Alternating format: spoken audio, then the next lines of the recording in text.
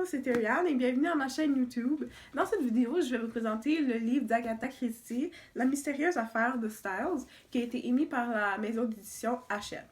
Alors, c'est l'histoire de deux frères, John et Lawrence Cavendish, qui sont issus de la bourgeoisie et qui habitent Styles Court avec leur belle-mère, Mrs. Inglethorpe, et leur femme.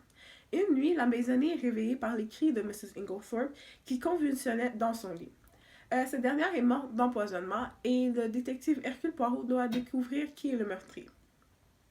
Alors, c'est un œuvre de mystère, mais il peut être très facilement rattaché au genre de l'aventure, comme on peut le voir dans l'extrait suivant. Mr. Lawrence n'est pas un profane. C'est vous-même qui m'avez informé des études de médecine qu'il a poursuivies jusqu'au diplôme. C'est pourtant vrai, je n'y avais pas pensé. En effet, c'est très étrange. Son comportement est étrange depuis le début, approuva Poirot. De tous les habitants de Styles Court, il est le seul capable d'interpréter les symptômes de sa belle-mère comme ceux d'un empoisonnement. Or, il est également le seul à défendre la thèse d'une mort naturelle.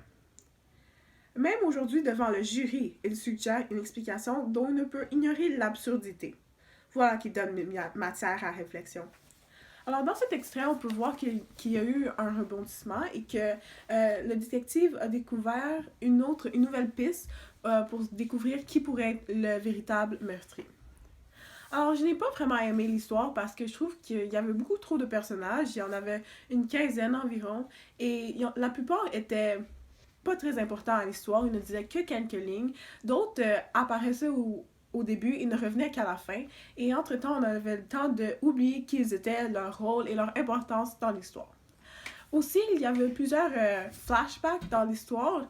Et des fois, je me perdais dans ce qui était un flashback et qu'est-ce qui arrivait réellement dans l'histoire. Je pense que ceux qui vont le plus aimer ce livre sont âgés de 15 à 25 ans et je pense que ce livre a été écrit pour eux. Alors, merci d'avoir écouté ma vidéo et bye!